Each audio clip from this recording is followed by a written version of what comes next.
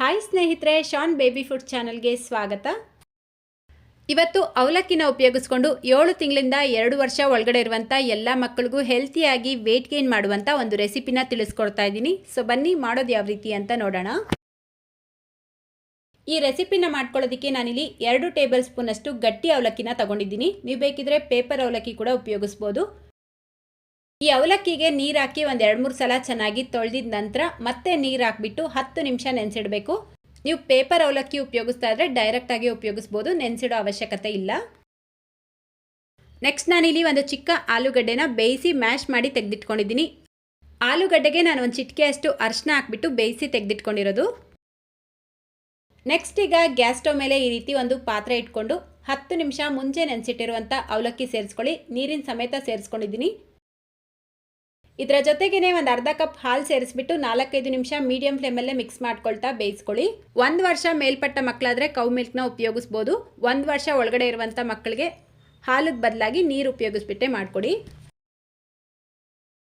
ನೋಡಿ, ಕರೆಕ್ಟಾಗಿ 4-5 ನಿಮಿಷಕ್ಕೆ ನಾವು ಸೇರಿಸಿರುವಂಥ ಅವಲಕ್ಕಿ ಸ್ವಲ್ಪ ಸಾಫ್ಟ್ ಆಗಿರುತ್ತೆ.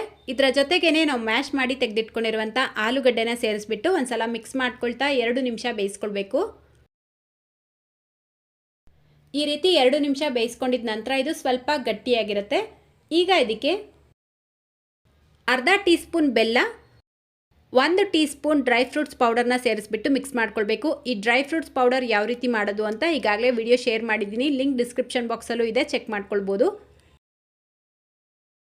ಲಾಸ್ಟಲ್ಲಿ ಇದಕ್ಕೆ ಒಂದು ಅರ್ಧ ಟೀ ಸ್ಪೂನ್ ತುಪ್ಪ ಸೇರಿಸ್ಕೊಂಡು ಮಿಕ್ಸ್ ಮಾಡ್ಕೊಳ್ಳಿ.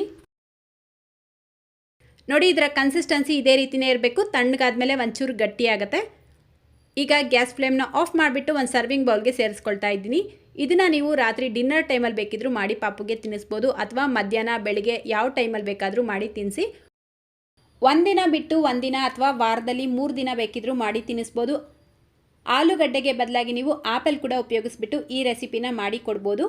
ಅದೇ ರೀತಿ ನಾನಿಲ್ಲಿ ಸ್ವೀಟ್ಗೋಸ್ಕರ ಬೆಲ್ಲ ಉಪಯೋಗಿಸಿದ್ದೀನಿ. ಬೆಲ್ಲಕ್ಕೆ ಬದಲಾಗಿ ನೀವು ಕಲ್ ಸಕ್ಕರೆ ಪೌಡರ್ ಮಾಡಿಬಿಟ್ಟು ಸೇರಿಸ್ಕೊಳ್ಬೋದು.